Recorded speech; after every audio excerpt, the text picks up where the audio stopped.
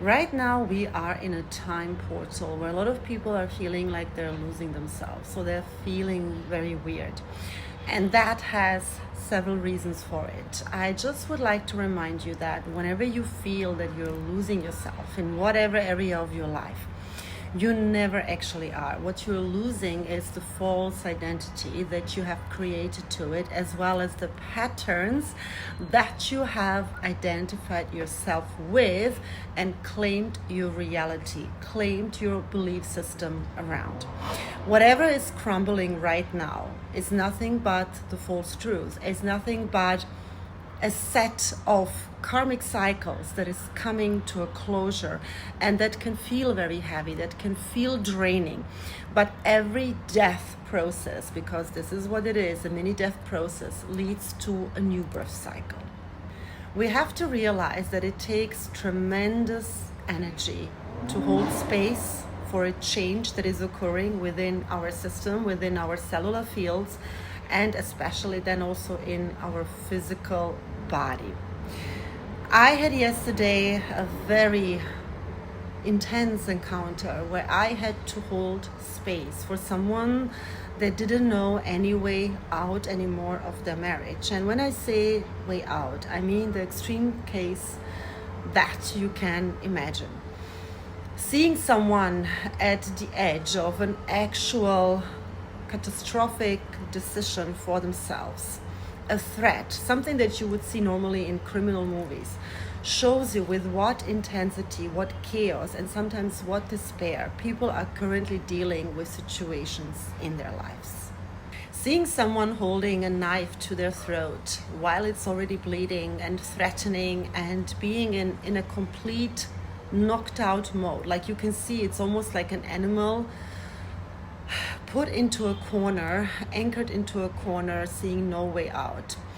Some people are reaching to extremes at this point of time, especially if they're unconscious, unaware, and if they're in a deep state of despair. And many others of us are fighting to understand what is happening inside of them. And what I want to leave you with, to make this very clear, is we are in intense times of truth. We are in intense times of breaking down illusions, of breaking down anything that is no longer true and real for us. Things that we have entertained, that we have accepted eons ago, are no longer being able to move forward with us. These are cycles of extreme truth frequencies coming in, which means breaking through any illusions, disrupting any false patterns that we have entertained so far in our lives.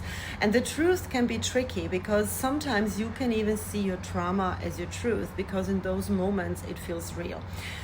Discernment is key. What is really the truth versus what is the truth that we perceive as such because it caused us pain, because it caused us discomfort, because it keeps us small in a certain way.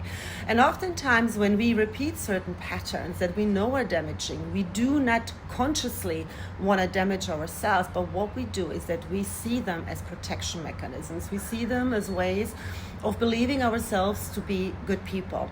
None of the stuff is going to fly anymore because everything that needs to go will now. Everything follows cycles, everything follows patterns, and if we can recognize those patterns, this is the moment we can disrupt them. But it's very important to remove our attachment and to remove our identification from it, because everything we identify with becomes our life, becomes our reality, becomes our truth, whether it is the actual truth or not, because what we identify with becomes our meaning-making process. So when this is shattered, we lose the meaning of almost anything in our lives. And this is when it can become dangerous and also really tricky. So notice for yourself where you are still not in the truth. For example, if you say you want to be embodied in your power, but you still seek validation, you still are trying to pertain a certain image, you're still trying to please people, you're not in your power, you are in suppression. know that in the cycle, free will, or what we perceive as free will on this planet, is not really existing, as destiny and the higher powers are taking over.